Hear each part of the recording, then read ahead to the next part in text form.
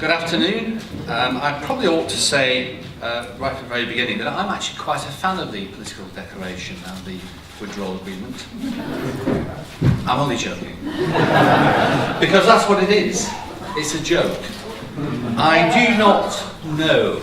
I find it difficult to decide whether the Prime Minister is a fool, a misguided fool, or a pathological liar. Now, I can say that when politicians may not be able to, but it's very difficult to decide which direction she's going in with this political declaration withdrawal agreement. We've heard already the downsides, very, very, very serious downsides of the proposed agreement that is being put forward. But you know, she went to Grimsby. I don't know whether you're aware of the reports of that. She went to Grimsby to make a speech about this arrangement that she's putting forward. And I had to pinch myself, because when you read what she said, it's actually very compelling on the face of it. She talked about us regaining our control of fisheries and farming, about regaining free movement of people, and about not contributing what she termed vast amounts of money to the European Union. It all seems very plausible. But of course, during the period in which we are trapped with no say within the European Union and no way out, the fisheries will effectively be lost to European fishing organisations.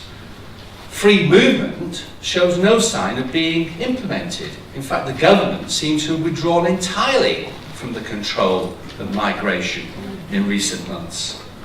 And as for money, she seems to neglect to mention that we're likely to have to pay continuously while remaining as a vassal state of the European Union, but we'll also, of course, pay at least £39 billion for the privilege of having no say in European affairs that are actually dictating our future.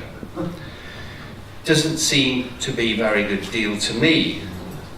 I was in Grimsby, oddly enough, the week before the Prime Minister. I had no idea she was coming as well, but, you know, she's following in my footsteps. I was in Grimsby at the Hull and Humber Chamber of Commerce, who'd actually kindly invited me to a dinner, the host of which was Lord Lamont. Probably not many of you, nor did I, know that Lord Lamont is a son of Grimsby. Most unusual lineage, I would say, but he's very enthusiastic about Grimsby Football Club, so he must know a thing or two. At that Chamber of Commerce dinner, there were business owners and managing directors of major companies in the region. Companies that organise shipping, that actually conduct shipping, that manufacture, that are property companies, that are companies that actually provide holiday facilities. Not a single one of them said anything other than, we want to leave on the 29th of March, and we don't mind if we leave without a deal. And the reason that they said on the night, was that actually they're well prepared to seize the opportunities that Brexit affords them. That they want to stop the continuing uncertainty, because it's the uncertainty that's damaging to business, and that they want to just get on and embrace the future. It was interesting that at least two of those business people said that they had voted to remain, but now, having experienced the reaction of the European Union and the way that they have humiliated our country, want to leave. They've also, of course, seen through Project Fear, because it has been proved to be wrong, and have decided that the opportunities that are available to them to seize are actually quite considerable. Now, I was quite heartened by that, but of course we never get the BBC turning up at the Grimsby branch of the Chamber of Commerce to interview business people who actually believe it's important to leave. And yet within our organisation, leave means leave, we have hundreds of business people, mainly business owners and entrepreneurs, who are very keen on seizing the future and the opportunities. It's the corporates, the multinationals and the CEOs who are on a 3-year timescale for their bonuses who are particularly interested in maintaining the status quo. And we're here today to talk about the opportunities, not about how terrible Theresa May's deal is. But typically of those sorts of people, of course, is our Chancellor Philip Hammond. And the coterie around the Prime Minister have seen the whole of this affair as being merely a damage limitation exercise. And if you see the entire matter through the eyes of the establishment, who want no change, she's actually done a very good job for them. Because she's created the perfect deal to keep us as close to the European Union as possible and to make the likelihood of success of leaving as little as possible, so that we will probably want to return to the EU fold. And if we don't like that, then we can stay in. That's basically the choice that we're being given. The opportunities, which I'm sure will be set out by my colleagues on the table there, all of whom are far better qualified than I to go into the detail, so I won't do too much of that. I'll skim across the surface. The opportunities are legion. You know, the barrier to organising trade is a complete myth. I've been involved in international trade all of my career on and off. I've done business on every continent apart from Antarctica, and I have actually been involved in running through the Chambers of Commerce, who you may not know, issue all of the export certificates for everything that's exported outside the EU electronically. Amazing, that, isn't it? The thing of myth, electronic paperwork. Electronically, and it works perfectly well. The World Bank said in a report not too long ago that only 2% of goods worldwide, even between countries that have no trade arrangements whatsoever, are ever inspected at borders. Because they carry certificates that indicate the origin and the contents of the containers. And the certificates are issued under a convention, a Geneva Convention of 1926, which said that chambers of commerce worldwide were given the job of verifying goods to ease their trade across borders. It's been going on a very long time. What is astonishing about the Withdrawal Agreement is that it introduces into the process an archaic system, because there has been lifted from the Turkish arrangements a system that requires wet stamps on paper for goods moving across borders, rather than the system that already operates perfectly well globally via an electronic system of trade. So it sounds like I'm harping a little bit on the negatives, but I wanted to really lay out to you how bad the deal is that's being put forward and how easy simply leaving on world trade terms can be.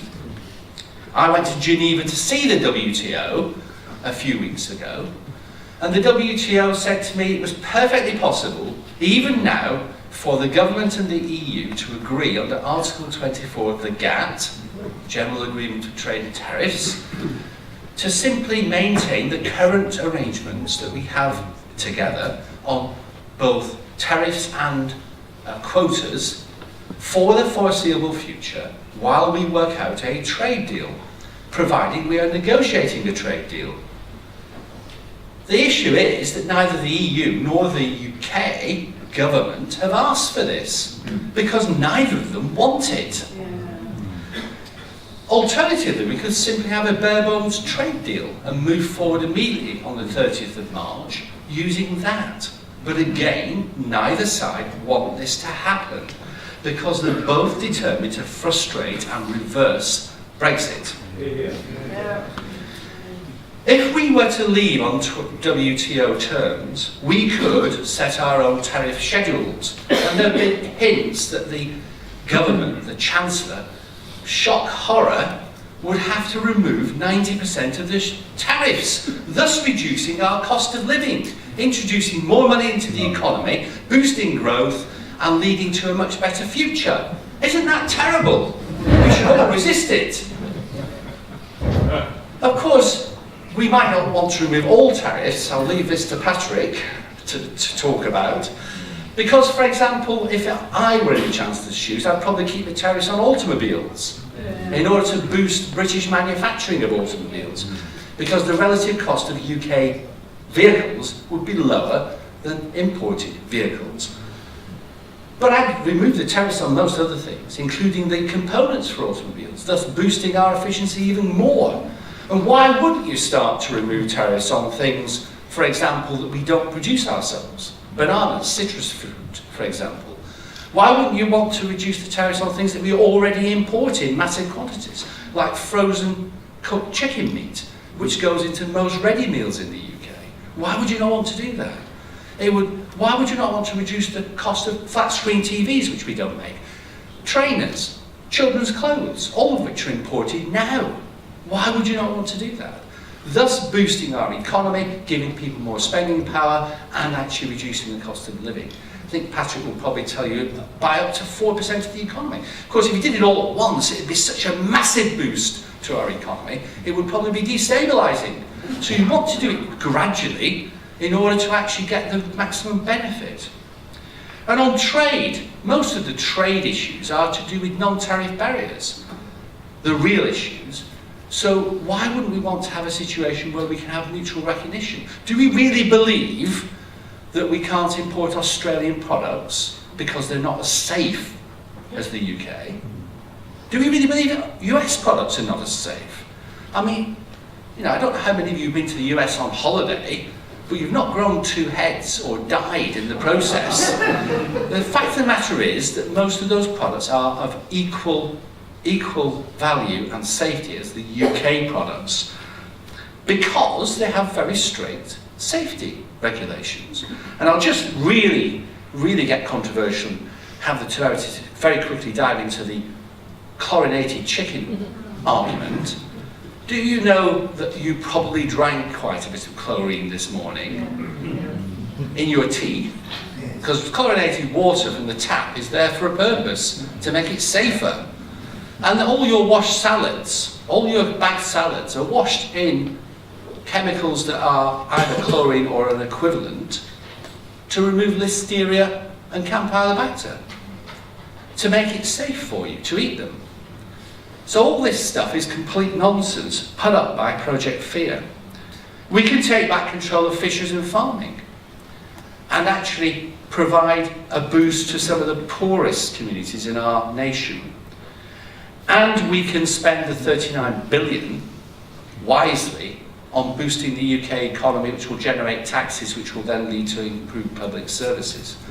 We can improve infrastructure with that 39 billion. We can do something about boosting the economy. We could just give it to people. £600 each it is. £2,000 for an average family it would cost. You could just have it, spend it.